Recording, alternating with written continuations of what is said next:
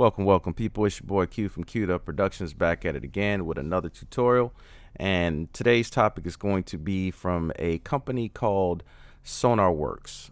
They now have a reference 4, which is a way to mix in headphones as well as to calibrate your speaker system so that you can get a better playback and get better results from mixing from it.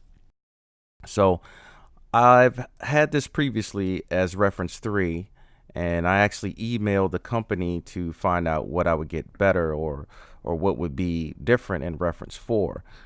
They boast a lot of lower latency, better response, more I guess you could say better results from whatever headphones you use, and they have 2 different ways that you can use this program.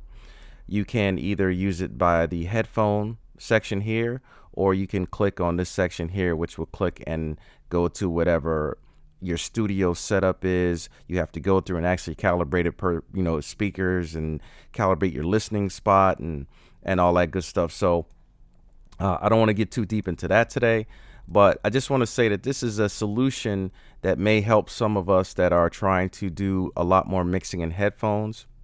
It actually has a list of different profiles that they have for the different types of headphones. This is what it was, I believe, for reference 3.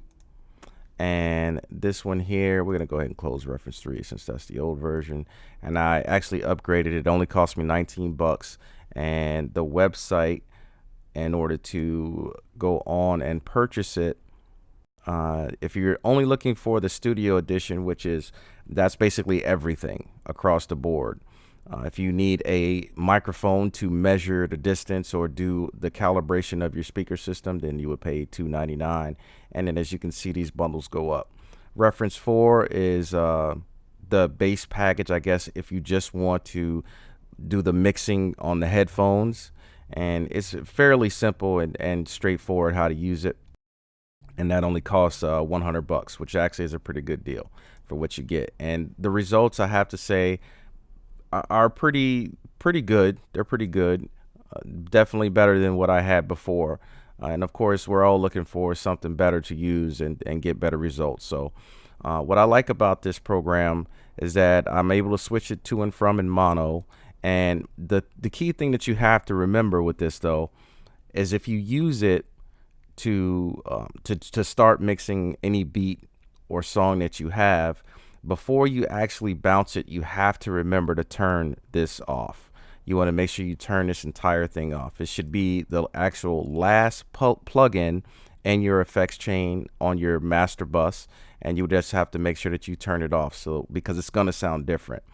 As you can see inside this graph that they have here in the center, it's showing you what the target is, what they're trying to get you for, and what that is trying to get this predefined here. You can calibrate it to flat. You can custom make it however you want it, and then it has this predefined, which is normally the one that I stay with. So it shows you a correction line to show you basically what it's doing to this blue line. This blue line is what the actual profile is of my Barodynamic DT77 Pros, or I'm sorry, 770 Pros.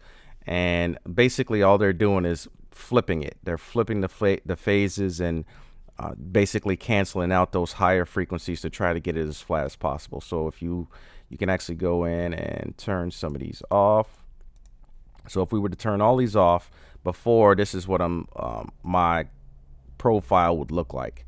And this range here from the line up and from the line down is basically the area of, I guess you could say, of error. That's their band of error from where your actual line profile is. So give or take, that's what, about maybe 1.5 dB between the line and where that gray area is from the top and bottom. So varying of, I guess you could say, about 1 to 1.5 dB, which is not that bad. And above all else, you still got to mix with your ears, regardless of whatever it is that you're trying to use, whether you're mixing on speakers, mixing on headphones, or whatever program you may be using at the time. So, you definitely still have to use your ears anyway. So you can also go in here and say what your target is, and that target basically resembles this section here. And then we can say what the correction is. So that's what this fold out, like I explained earlier, that's what it's trying to correct it to. And then of course after, and we could take all of these off, and after that should be what the calibration curve should look like. That's what you should be hearing inside of your headphones. But you know, nothing's perfect. However, it is something that you definitely I think that you should check out. All right, so one thing that also that you can do is you can come in and simulate a set of speakers. If you wanted to mix into a certain set of speakers that you knew of, they have some choices down here, speakers you can go in and simulate. They have some different headphones that you can come in and simulate as well. You know, these are, I guess you could say, high dollar, high priced headphones that, you know I can't afford. I mean, some of these are thousands of dollars, so that's why I just use it the regular way. And you can just cancel that out, and there's nothing that says that you have to use any of that.